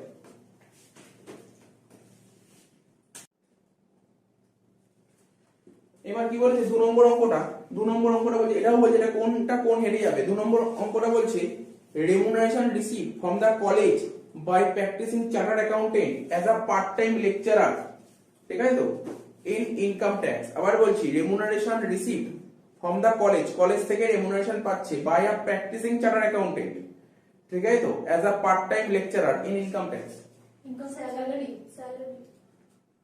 ঠিক আছে, এটা প্র্যাকটিসিং একজন চার্টার্ড অ্যাকাউন্টেন্ট কলেজ থেকে রেমুনারেশন পাচ্ছে, ঠিক আছে, পার্ট টাইম লেকচারার হিসাবে, ঠিকই আসবে, ইনকাম অফ স্যালারিতে আসবে এটা, ঠিক আছে। তো এই লিখেছি দুইয়ের এক একটা ইনকাম ফ্রম স্যালারি। 2 নম্বরটা করব। 2 নম্বরটা কি বলেছে? বলছে rent received from the employees engaged in SSC's business for accommodation provided to them where the letting out to incidental to the business। তো বলছে rent received from the employees, ঠিক আছে, rent received from the employees engaged SSC's business for accommodation provided to them where letting out incidental to business। এটা পুরো বোঝা যাচ্ছে পিজিইপি দিয়ে যাবে, লাইন পড়ে বোঝা যাচ্ছে পিজিইপি, কিন্তু সব আমাদের আগে নোট করা ছিল, বুঝতে পারলি তো? এটা কি, ধর এসএসসি নিজের বাড়ি আছে, নিজের বাড়িটা ভাড়া দিয়েছে, এমপ্লয়িদের ভাড়া দিয়েছে থাকার জন্য, ওটা কেন দিয়েছে? বিজনেস পারপাসের জন্য, বিজনেসের জন্য দিয়েছে, পিজিইপি। নেক্সট বলেছে salary receive from the firm as an acting partner. তাহলে ঠিক আছে, আরে তুই প্রথমটাই পড় না, বলছি আমি salary receive from the firm, firm থেকে স্যালারি পাচ্ছে, কে পাচ্ছে? অ্যাক্টিং পার্টনার, আরে অ্যাক্ট করছে ও, হয়তো মানে ফুল টাইম দিচ্ছে না, ঠিক আছে তো, মানে পার্টনার, মোট কথা পার্টনার বিজনেসে, ঠিক আছে তো। পিজিইপি তো এই মতে তো বললি অ্যানসারটা, একটু ঘুরিয়ে দিয়েছে বলে অ্যাক্টিং পার্টনার বলেছে বলে ভুলিয়ে গেলি নাকি? এখানে বলেছে পার্টনারশিপ বিজনেস থেকে কোনো পার্টনার স্যালারি পাচ্ছে, তো পার্টনারশিপ বিজনেস থেকে পার্টনাররা স্যালারি পেলে কোন হেডে যায়? পিজিইপি, ঠিক আছে তো। লাস্ট পয়েন্ট বলছে meeting fees receive by the managing director for board meeting attending. এটা কোথায় আসবে? Other source. তো হয়ে গেল ইনকাম ফ্রম আদার সোর্সেস। বুঝতে পারলি? ছোট অঙ্ক।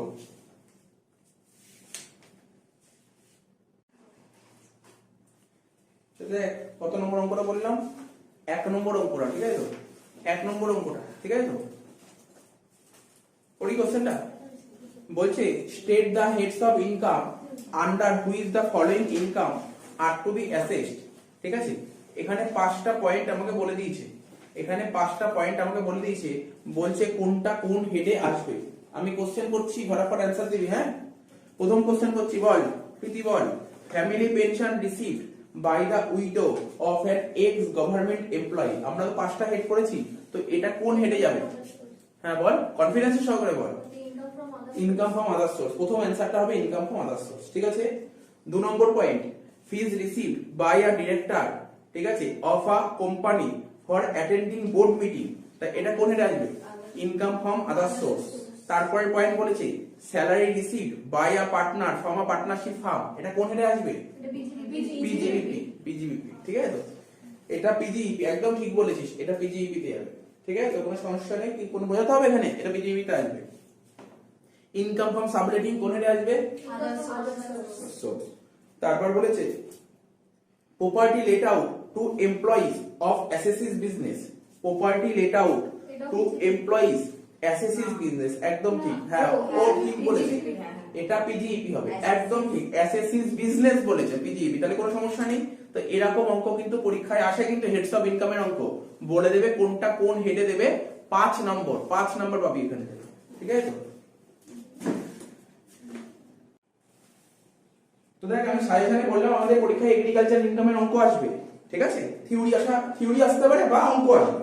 থিওরি আসলে কি দিতে পারে, বলতে পারে হোয়াট ইজ এগ্রিকালচার, যেটা আগে বললাম এক্সাম্পল দাও। আমি মনে করছি অঙ্ক আসবে, আমি মনে করছি অঙ্ক আসবে। যদি অঙ্ক আসে তাহলে কিরকম অঙ্ক আসবে? যদি অঙ্ক আসে তাহলে কিরকম অঙ্ক আসবে? দেখতে পাচ্ছিস তোরা কোশ্চেনটা নিশ্চয়ই সবাই দেখতে পাচ্ছিস কি লেখা আছে, ঠিক আছে তো। বলছে দেখ এ নম্বর পয়েন্ট বলেছে, আর এগ্রিকালচার ইনকাম মানে কৃষি আয়, তাই তো। কৃষি আয় হতে গেলে কি হতে হবে? জমিতে চাষাবাদ হতে হবে, হ্যাঁ কি না? চাষ বা খেতি যাকে বলে, কোথায় করবো? তোর জমির মধ্যে হতে হবে, আর ভারতে হতে হবে। এগ্রিকালচার ইনকাম মানে ভারতেই হতে হবে, আর হিউম্যান লেবার দিতে হবে। স্যার হিউম্যান লেবার কেন বললেন? ধর আমার বাড়ির পাশে সুরের মাঠ আছে, সুরের মাঠ আছে, ঠিক আছে, সুরের মাঠে একটা বাবলা গাছ হয়ে গেছে, বাবলা গাছটা কি আমি পুঁতেছি? বুঝতে পারছিস না স্যার? আপনি তো বোঝেননি, তাহলে বাবলা গাছটা বিক্রি করে টাকা পেলাম, ওটা কখনো এগ্রিকালচার ইনকাম হতে পারে না। তাহলে বুঝতে হবে, ধর আমার বাড়ির পাশে একটা ঘাস হচ্ছে, ঘাসটা তুললাম, তুলে বেচলাম, টাকা পেলাম, তো ওটা এগ্রিকালচার ইনকাম না। কেন এর মধ্যে কোনো হিউম্যান লেবার নেই। হিউম্যান লেবার বুঝতে পারছিস কাকে বলে? এটাকে হিউম্যান লেবারের কথা বলে, ঠিক আছে? বুঝতে পারছিস হিউম্যান লেবার, তো এটাকে হিউম্যান লেবার বলে। তো মাথায় রাখতে হবে, ঠিক আছে? তাহলে কি কি হতে হবে? তুই তিনটে ফিচার্স পড় স্যার। একটা তো ধরুন ল্যান্ডে হতে হবে, ল্যান্ড জমিতে হতে হবে, আর কি হতে হবে? ভারতবর্ষে হতে হবে, ইন্ডিয়াতে হতে হবে, আর কি? আর বললাম হিউম্যান লেবার থাকতে হবে। তুই কোশ্চেন পর বুঝিয়ে যাবি, ইজি, একদম ইজি জিনিস। আরে বাড়িতেও করতে হবে না, এখানে বললাম এখানেই শেষ। বলছে দেখ কম্পেনসেশন রিসিভ মানে বুঝছো ক্ষতিপূরণ পেয়েছি কার থেকে? ফ্রম গভর্নমেন্ট সরকার থেকে ক্ষতিপূরণ পেয়েছি, ঠিক আছে? কেন? For the requisition of land which has been used for agriculture purpose, ঠিক আছে? মানে বুঝতে পারছিস তো, গভর্নমেন্টের থেকে ক্ষতিপূরণ পেয়েছি কারণ আমার ল্যান্ডটা রিকুইজিশন করছে, ঠিক আছে? তো রিকুইজিশন করছে, তো এটা আগে বহুবার বলেছি। তো বুঝতে পারছি এই সমস্ত জমি অধিগ্রহণ বুঝিস তো, কৃষি জমি অধিগ্রহণ করেছে। আমি তো ওখানে কৃষি কাজ করতাম, প্রচুর টাকা কামাতাম, তাহলে এগ্রিকালচার ল্যান্ড, বুঝতে পারলি? এটা কিসের মধ্যে এগ্রিকালচার ইনকাম, বুঝতে পারছিস তো? বুঝতে পারছিস তো? না বুঝতে হলে আমার বলেছে কেমন লাগলো, হলো তো? 2 নম্বর পয়েন্ট স্যার, তাহলে পরীক্ষায় আসলে কিভাবে লিখতে হবে? কোশ্চেনটা এইভাবে লিখবি, পাশে একটা হাইফেন দিবি, লিখবি it is an agriculture income. ব্যাস হয়ে গেল, কাজ খতম। তারপর ডিভিডেন্ড রিসিপ্ট, বলছে দেখ ডিভিডেন্ড মানে কি? লভ্যাংশ পেয়েছি। আচ্ছা লভ্যাংশ কি পায়? আমরা কোম্পানিতে টাকা লাগালে তো ডিভিডেন্ড দেয়, হ্যাঁ কি না? Dividend receipt from a company whose major income constitute agriculture income. আরে ভাই এটা তো আমি আগেও বলেছিলাম, কোম্পানিতে টাকা লাগিয়েছি, ওখান থেকে ডিভিডেন্ড পেয়েছি, এটা এগ্রিকালচার ইনকাম নয়। এখানে কি করে এগ্রিকালচার ইনকাম হয়? কি বুঝতে পারছিস তো? বলেছিলাম তোকে, সব বলেছিলাম। তার মানে তুই একটা পেয়ে গেলি, পরীক্ষা যদি নন এগ্রিকালচার ইনকামের এক্সাম্পল আছে তুই এটা দিয়ে দিবি, আলাদা করে পড়তেও হয় না তোকে। বুঝতে পারছিস তো কি বললাম? আর তোকে আরো বলে দিচ্ছি, যার যার বই আছে শুধু দেখে নিবি এগ্রিকালচারের কতগুলো উদাহরণ, সব কটা করবি, নন এগ্রির উদাহরণ সব কটা করবি, তুই এই অঙ্ক পেরিয়ে যাবে, একবার রিডিং মারলেই হয়ে যাবে। আর না তো আমার ভিডিওই আছে, আর তুই তাও যদি ক্লাস 11 এর বই থেকে কস্ট ট্যাক্সের বই একবার রিডিং মেরে হয়ে যাবে, কি সমস্যা আছে? 3 নম্বর কি বলছে? Profit earn from the sale of wild grass, মানে এটা কি বলেছে? বললো নন এগ্রিকালচার। দেখো বুঝে গেছে নন এগ্রিকালচার, আমি বলছি নন এগ্রিকালচার। কি হয়েছে? বলছে ধর আমার বাড়ির পাশে কিছু গাছ স্বতঃস্ফূর্ত ভাবে মানে বুঝিস তো, আপনা আপনি বেড়ে উঠেছে, আমার কোনো কাজ নেই, ওই গাছগুলো তুললাম, জঙ্গল হয়েছে ওই জঙ্গলটাকে তুলে ফেললাম, তুলে কি করব? ঘাস বিক্রি করা যায়, ওটাকে বেচে দিলাম, টাকা পেলাম। বল না, তুই নিজে বল, কমন সেন্স বল, এটাকে এগ্রিকালচার ইনকাম বলতে পারি? কোনোদিন এগ্রিকালচার ইনকাম বলে যাবে নন এগ্রিকালচার ইনকাম? বুঝতে পারছিস? এইরকম কোশ্চেন সবসময় অ্যাটেন্ড করতে হয় পরীক্ষায়। তারপর কি বলেছে স্যার? তারপর বলেছে income earn from the sale of tree grown and manufacture by the SSC. এটা আগে শিখিয়েছিলাম। দেখ আমরা যেমন এগ্রিকালচার পড়ি, নন এগ্রিকালচার কিছুটা পড়ি, কিছুটা এগ্রিকালচার কিছুটা নন এগ্রিকালচার। আমি চা চাষ করলাম, ঠিক আছে তো, মানে চা ম্যানুফ্যাকচার করলাম, বুঝছো? তারপর ওই চাটা যখন মার্কেটে নিয়ে যাবো ওটা বেচবো তো শিখিয়েছিলাম যে এত পার্সেন্ট এগ্রিকালচার যাবে, এত পার্সেন্ট নন এগ্রিকালচার যাবে, কত 60 এগ্রিকালচার আর 40 নন এগ্রিকালচার। বুঝতে পেরেছিস এটা মাথায় রাখ। এরকম শুধু চা হয় না রে, রবার হয়, চা হয়, রবার হয়, কফি হয়, বলেছিলাম এগুলো সব লিখিয়েছিলাম, চা কফি রবার এই তিনটে হয়, মাথায় রাখতে হবে, ঠিক আছে? এগুলো কিছুটা এগ্রিকালচার কিছুটা non agriculture. Last point, income by way of selling rice produce from the paddy purchase by the SSC. দেখ মানে কি হয়েছে গল্পটা বলে দিচ্ছি। ধর আমি এমন জায়গায় বসবাস করছি, আমার বাড়ির সামনে দিয়ে কোনো একজন চাষি, ও ধান চাষ করেছে, ধান চাষ করে ধানগুলো মাথায় নিয়ে যাচ্ছে কেন? চালটা তৈরি করবে, ঠিক আছে তো, বা কাউকে বিক্রি করবে যে চাল তৈরি করে। আমি সামনে দাঁড়িয়ে আছি, বললাম কত করে যাচ্ছে ধান, আমাকে দিয়ে দাও। বলে কি করবে? আমি এটা দিয়ে আমি চাল তৈরি করবো। তাহলে বল না, আমি ওর থেকে ধান কিনে চাল তৈরি করলাম, এটা কার কাছে এগ্রিকালচার? কার কাছে? চাষির কাছে এগ্রিকালচার, আমার কাছে নন এগ্রিকালচার। কত সুন্দর মানে বুঝলে কাজ হয়ে গেল, কিচ্ছু নেই। তো বুঝতে পারিস তো কোশ্চেনটার মানে? তাহলে আমরা হয়ে গেল। দেখ 5 নাম্বার 2019 সালে অনার্স এসেছিল, কিছুই ছিল না কোশ্চেনটার মধ্যে, বুঝতে পেরেছিস তো? তো দেখ কোন কোশ্চেনটা দেখতে পাচ্ছিস তো নিশ্চয়ই, কি বলেছে? 2017 সালে অনার্স এসেছিল এগ্রিকালচার ইনকামের অঙ্কটা, খাতায় লিখে নেন তোরা সবাই, ঠিক আছে? State with reason in brief whether the following are agriculture income, মানে নিচে তিনটে ইনকামের কথা বলে, তিনটে বলছে এগুলো কি এগ্রিকালচার ইনকাম কি এগ্রিকালচার ইনকাম নয়। প্রথম পয়েন্টটা প্রফিট আর্ন, লিখে নে খাতায় লিখে নে, profit earn from sale of agriculture land. Agriculture land মানে বুঝতে পারছিস তো, কৃষি জমি বিক্রি করে দিয়েছি, ঠিক আছে? কৃষি জমি বিক্রি করে প্রফিট করেছি, এটা কোনোদিন এগ্রিকালচার ইনকাম হতে পারে না, ঠিক আছে? কৃষি জমি বিক্রি করে বুঝতে পেরেছিস তো? শোন ব্যাপারটা, মানে বলছে কৃষি জমি বিক্রি করে ইনকাম করেছি, প্রফিট হয়েছে, এটা এগ্রিকালচার ইনকাম নয়, এটা নন এগ্রিকালচার ইনকাম। ঠিক আছে তো? কেননা কৃষি জমি বিক্রি করে তোর যে প্রফিটটা হচ্ছে, ঠিক আছে তো, সেটা কখনো এগ্রিকালচার ইনকাম হতে পারে না।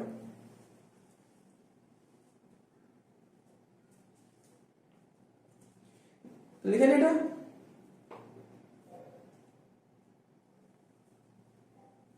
ঠিক আছে, নেক্সট কি বলেছে?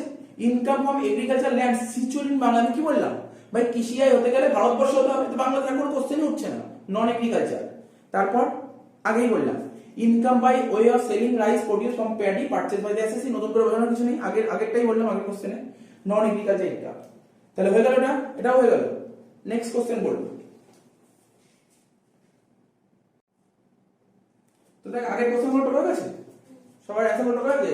বুঝতে পারলি তো? একটা কোশ্চেন করলো, বললো স্যার এগ্রিকালচার, এটা গ্রাম অঞ্চল, রুরাল এরিয়া, গ্রাম, মানে বুঝছো, এটা এগ্রিকালচার ইনকাম নয়। ঠিক আছে, মানে আমার একটা কৃষি জমি আছে, ওটা বেচে দিয়েছি, ওটা বেচে প্রফিট হয়েছে, আমি বললাম এটা এগ্রিকালচার ইনকাম নয়। ঠিক আছে স্যার, যদি এটা এগ্রিকালচার ইনকাম তাহলে কোন হেঁটে যাবে? ও বললো কোন হেঁটে যাবে? এগ্রিকালচার ইনকাম নয় মানে কোন ইনকাম? নন এগ্রিকালচার। নন এগ্রিকালচার কোন হেঁটে যায়? Others source. মাথায় রাখবি তুই, বুঝতে পারলি তো? আচ্ছা, এরপরটা করবো 2017 জেনারেলে এসেছিল। ঠিক আছে, তো কি বলছে কোশ্চেনটা পড়ছি। ঠিক আছে, আচ্ছা নাকি বইতে কোশ্চেন পেছন দিকে থাকবে, ঠিক আছে তো, খুঁজে নে, আমি যেটা বলছি।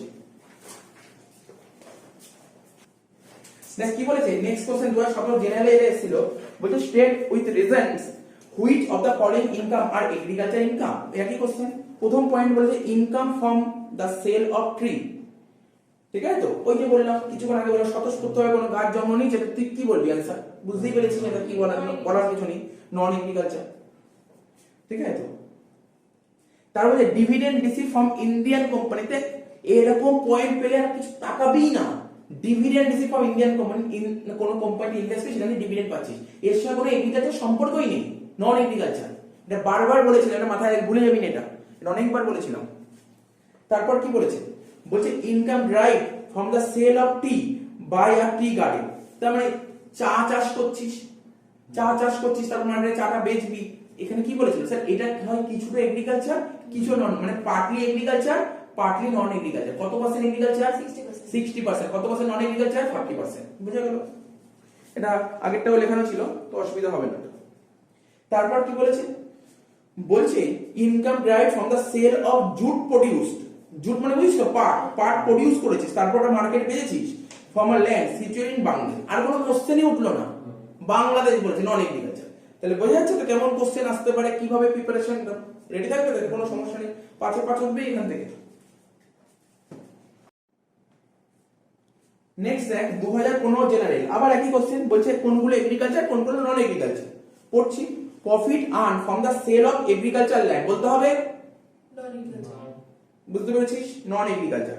তাহলে ইনকাম ফ্রম ফরেস্ট্রি, ঠিক আছে, ফরেস্টে যে সমস্ত গাছগুলো হয়েছে, বলছে স্বতঃস্ফূর্তভাবে গাছগুলো হয়েছে, তাহলে কি বলবি? Non agriculture. তারপর salary received as acting partner from the firm, firm থেকে স্যালারি পাচ্ছে, কারা পাচ্ছে? আরে ফার্মে কারা কাজ করে? পার্টনাররা যে স্যালারি পাচ্ছে। The entire income of which come from the agriculture operation, এটা এগ্রিকালচার ইনকাম। ঠিক আছে, মাথায় রাখবে। পার্টনার, মনে শুনবি, পার্টনাররা মিলে যদি এগ্রিকালচারাল বিজনেস করে, সেখান থেকে পার্টনাররা কি পায়? প্রফিট পায়, স্যালারি, রেমুনারেশন, এগুলো সব এগ্রিকালচার ইনকামের মধ্যে আসে। ঠিক আছে, বুঝতে পারলি তো? তারপর কি বলেছে? তারপরে ডিভিডেন্ড রিসিভ বলার আর করতেই হবে না কোশ্চেন, ডিভিডেন্ড আপনি বললেন, ডিভিডেন্ড কি বলেছেন? নন এগ্রিকালচার, বলার দরকার নেই। তারপর কি বলেছি? Rent receive by way of letting a land for grazing of cattle required for agriculture operation. আমি বলছি এটার মানে বলতে পারবি? এমনি তো তোরা বলে দিলি স্যার এটা তো এগ্রিকালচার ইনকাম, ঠিক আছে তো, আমি বলছি মানেটা বলতে পারবি? এর মানেটা কি জানিস তো? দেখবি গ্রাম অঞ্চলে যেখানে চাষাবাদ হয়, জমির ক্ষেত, জমিতে লাঙল দেয়, দেখেছিস? লাঙল দিলে এটা জমিটা কেন দেয়? জমিটা উর্বর হওয়ার জন্য। তো বুঝতে পারছিস তো? এটাই বলতে চেয়েছে agriculture income. Grazing of cattle বলেছে, তো এই ওয়ার্ডটা আন্ডারলাইন করে রাখতে হচ্ছে, গ্রেজিং অফ ক্যাটেল। ঠিক আছে তো, এটা এগ্রিকালচার ইনকামের মধ্যেই পড়ে। বলছে রেন্ট রিসিভ, ভালো করে শোন, রেন্ট রিসিভ ইনকাম হচ্ছে তো এগ্রিকালচার ইনকাম, এটাও হয়ে গেল। দেখ 2017 অনার্স ভালো অঙ্ক দিয়েছে, এটা বললি স্যার এই অঙ্কটা। তা কি বলেছে, mister Krishna engage in growing and manufacturing tree. ও কি করছে, চাটা গ্রো করছে তারপর ম্যানুফ্যাকচারিং করছে। বোঝ ব্যাপারটা, চাটা কি করছে, গ্রো আর ম্যানুফ্যাকচার। আর আমি নিয়ম কি ছিল, গ্রো আর ম্যানুফ্যাকচারের নিয়মই ছিল 60-40, 60 এগ্রিকালচার 40 নন এগ্রি। এটাই তোকে করে দেখাতে হবে। এতক্ষণ কি বলছিলাম, এতক্ষণ কথাই লিখছিলাম, এখন ভ্যালু দিয়েছে, ভ্যালু দিয়ে করতে হবে। তাহলে কি বলেছে, বলছে সেল অফ ট্রি 15 লাখ, তুই চা বেচে 15 লাখ টাকা পেয়েছিস, ঠিক আছে। এবার growing and manufacturing expenses of tree, এটা গ্রো করলি ম্যানুফ্যাকচারিং করলি, খরচাপাতি হয়েছে তো, খরচাপাতি হয়েছে তো, তুই নিজেই ভাব। চা মার্কেটে বেচে কত লাখ টাকা তুললি, কত তুললি, 15 লাখ টাকা তুলেছিস। এবার চাটা মার্কেটে বেচবি কি করে, তোকে তাকে তৈরি করতে হবে চাটা, তো তৈরি করতে 5 লাখ টাকা খরচা হয়েছে। তাহলে কত টাকা প্রফিট হলো স্যার, 10 লাখ টাকা প্রফিট হলো। যে টোটাল যে 10 লাখ টাকা প্রফিট হলো তার 60% এগ্রিকালচার আর 40% নন এগ্রিকালচার। তাহলে করে দেখিয়ে দে।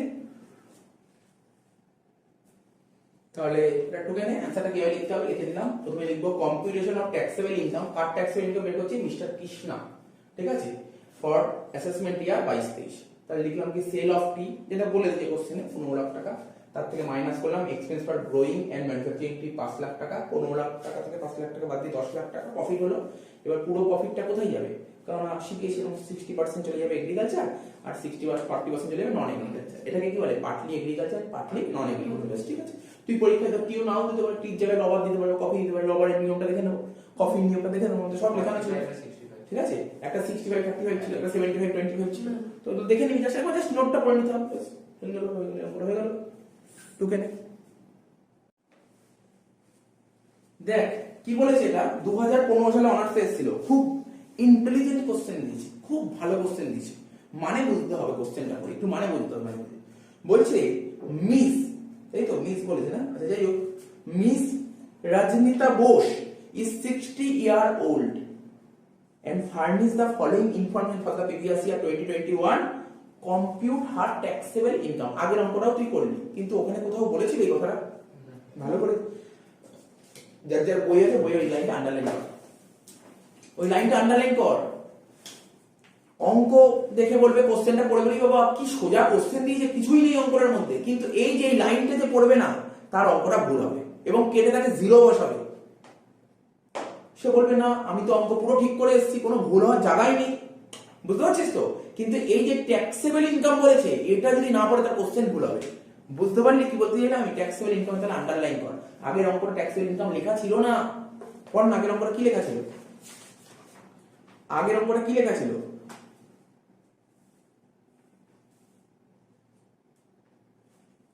ঠিক আছে তো। যাই হোক, এটা বলে দিই, বলছে আগের অঙ্কটা কি লেখা ছিল। এখানে আমাকে বের করতে বলছে কি, ট্যাক্সেবল ইনকাম, ঠিক আছে তো। তো ট্যাক্সেবল ইনকাম টি বলেছে, বলেছে টি তো 60-40 হয়, টি 60-40, 60% এগ্রিকালচার আর 40% নন এগ্রিকালচার। আচ্ছা কোন মানে কোনটা ট্যাক্সেবল হয়, এগ্রিকালচার ইনকাম ট্যাক্সেবল নাকি নন এগ্রিকালচার ইনকাম ট্যাক্সেবল, নন এগ্রিকালচার ট্যাক্সেবল। তাহলে কি এখানে 60 আসবে 40 আসবে, 40 আসবে। তো দেখ 40 আসবে, টির কথা বলছি, তাই কি লিখি দেখ, ইনকাম ফ্রম গ্রোয়িং, আচ্ছা এটা মিস করে দিই আগে, তারপর কথা বলছি।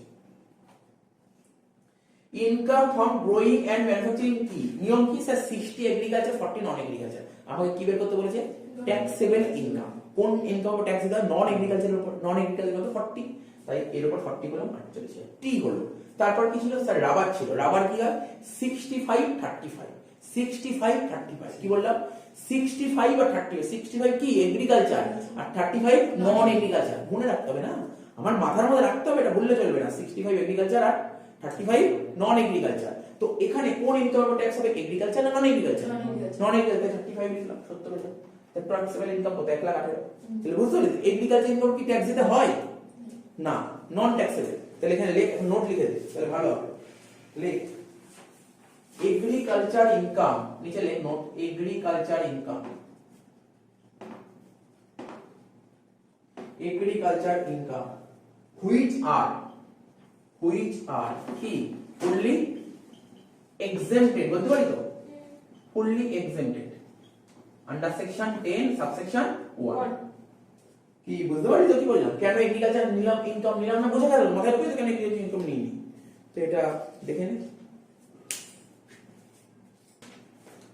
আচ্ছা আগের অঙ্কটাও সেম ছিল, একটা জিনিস মিস করে গেছে, আগের অঙ্কটা সেম ছিল, আগেরটাও এই কথা বলছিল ট্যাক্সেবল ইনকাম বের করতে বলছে, তাই তো? আগের অঙ্ক ট্যাক্সেবল ইনকাম বের করতে বলছে, কিন্তু আমি কি করেছিলাম, আমি লিখেছিলাম 60% এগ্রিকালচার আর 40% নন এগ্রিকালচার লিখেছিলাম তো। কত টাকা ছিল? 10 লাখ টাকা। 10 লাখে 60% এগ্রিকালচার, 10 লাখে 40% নন এগ্রিকালচার, ঠিক আছে? তোর কি লেখা ছিল? ওই যে 10 লাখে 60% এগ্রিকালচার ছিল, ব্যাকেটে লিখে দে ট্যাক্স ফ্রি, ব্যাস আর কিছু করতে হবে, তাহলে ঠিক আছে। ব্যাকেটে লিখে দে ট্যাক্স ফ্রি, ঠিক আছে? হয়ে গেল।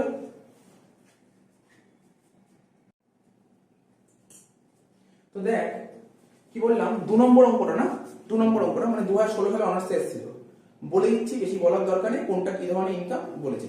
বলছে প্রথম পয়েন্ট বলছে agriculture income receive from agriculture operation in India. তাহলে এক নম্বরটা কি হবে? এগ্রিকালচার ইনকাম, মুখে বলে দিচ্ছি। প্রথমটা কি হবে? Agriculture income. 2 নম্বরটা কি বলছে? Share of profit receive from partnership firm, ঠিক আছে তো? আচ্ছা তোদের একটু বলে দিয়ে এটা কি টাইপের অঙ্ক দিয়েছে, এটা কিন্তু এগ্রিকালচার ইনকাম ওইভাবে বলেনি, ওরা তোকে 4-5টা আইটেম বলে দিয়েছে, ভালো করে শোন। ওরা তোকে 4-5টা আইটেম বলেছে, এর ট্যাক্স ট্রিটমেন্ট না হেডস অফ ইনকামের মতো নেই, মানে তোকে 4-5টা ইনকাম দিয়ে দিয়েছে, বলছে এটা ট্যাক্স ট্রিটমেন্ট কি হবে, বুঝতে পেরেছিস কি বলেছে? তাহলে প্রথম অ্যানসার আমি প্রথম দিয়ে করছি কোশ্চেনটা, আবার শোন। Mrs T Basu earned the following income during the previous year 2021. Discuss the taxability of such income, মানে এর ট্যাক্স ট্রিটমেন্ট জানতে চাইছে। তাহলে প্রথম পয়েন্টটা কি বলেছে?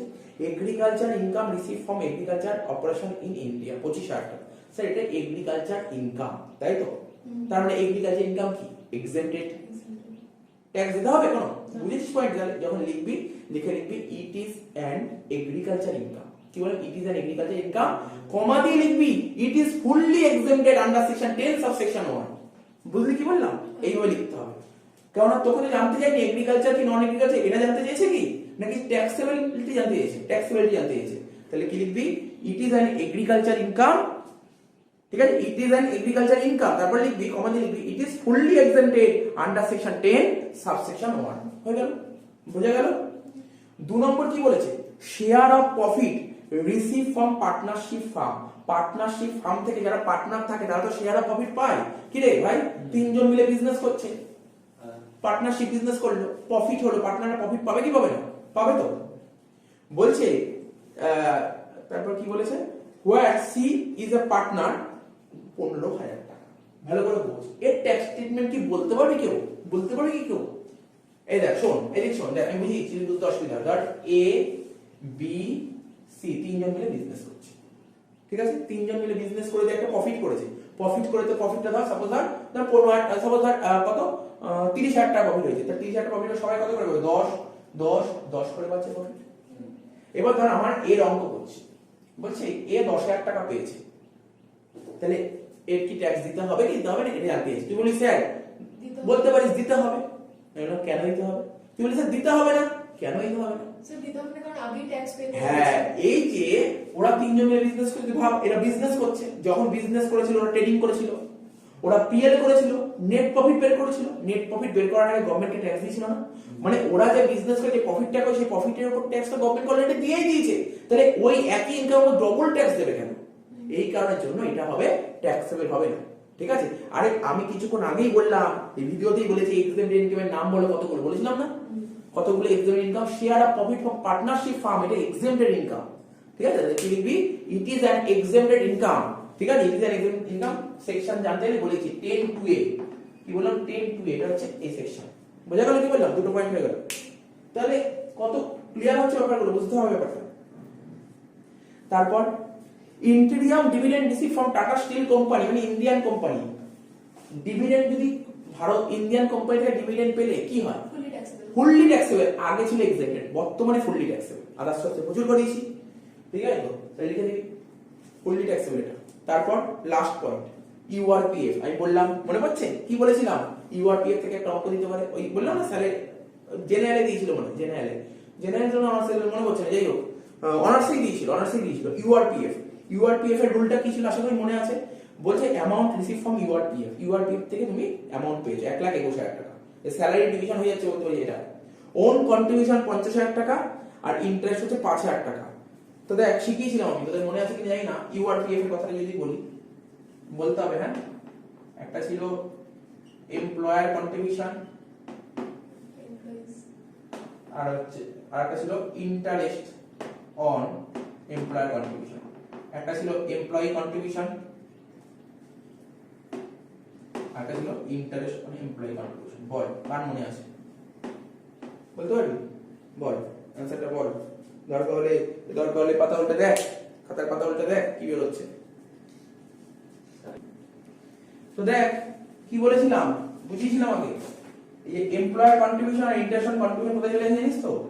এই যে কথা লিখি, এই কথাটা মাথায় রাখবি, profit in Liu of salary, এখানে চলে আসবে সেকশন আন্ডার সেকশন 17 সাবসেকশন 3।